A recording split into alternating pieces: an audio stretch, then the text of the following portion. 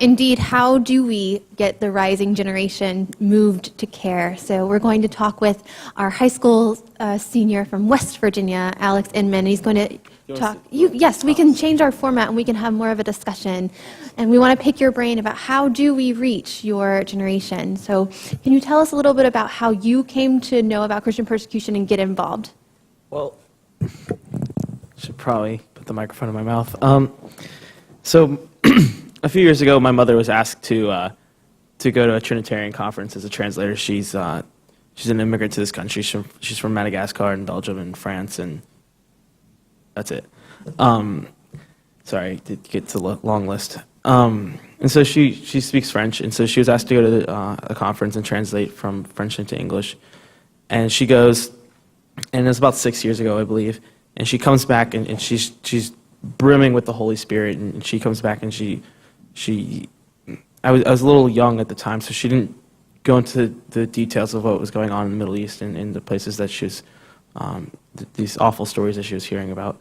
But she was, talking to us and telling us about it, in the maturity of a 12-year-old.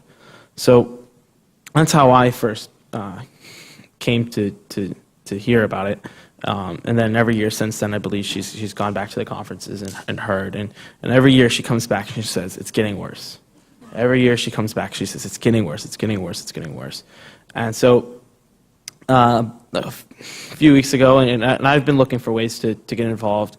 And a few weeks ago, Faith reached out and she said, do you know any millennials that would be willing to come and speak on the subject?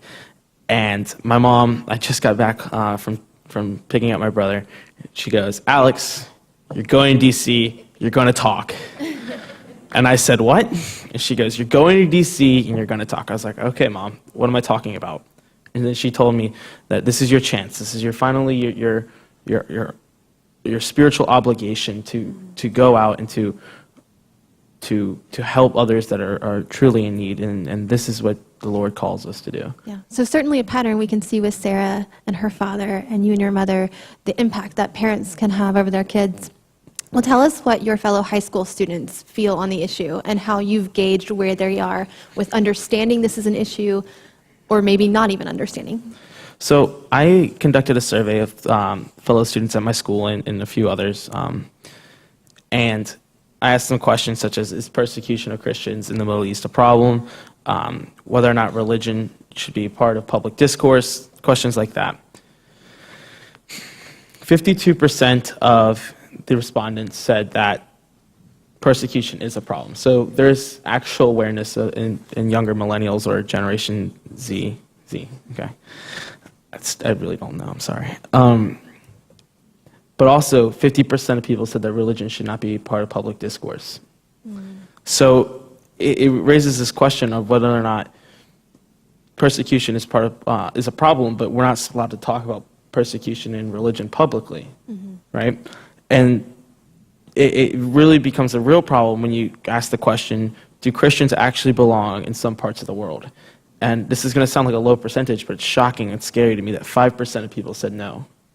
That there are parts of the world where Christians do not belong, and that then you really see the problem then that the blame in those 5% of people is actually they're blaming Christians for being there.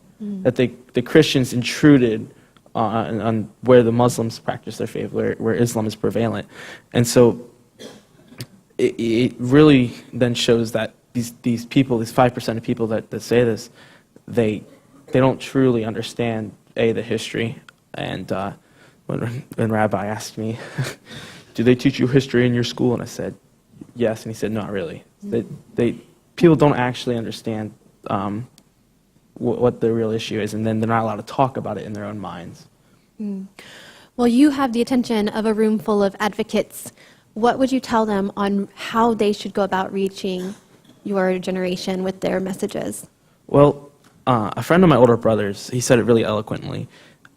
Awareness without action is not activism, right? We've seen in recent weeks the March for Lives to protest gun violence in schools, and nothing's happened, right? So we see that the people are aware of issues, right?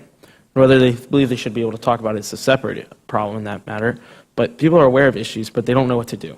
Okay, so speaking to this room, I would say that we need to find ways to get millennials involved, whether it's through donating funds or whether it's through increase in missions. Involving millennials is, I think, the key to fixing this. As you said, it's a slow progression, but it's progressing. And so giving millennials, for lack of a better term, a task, a goal to accomplish, let's say to cut violence in the Middle East by half. It's a lofty goal, but if we set our minds to it and then we start looking, we set a goal, then we start looking for ways to achieve that goal, and then we say, okay, so not only are we aware of this problem now, but now we have a course of action, and then that awareness plus the action becomes the activism that we need. Wow. Well, we look forward to seeing you as a future advocate in this room. So for the sake of time, we don't have time for questions, but I'm sure that our panelists will be willing to take them in the back after we are done. So thank you so much for giving us your attention.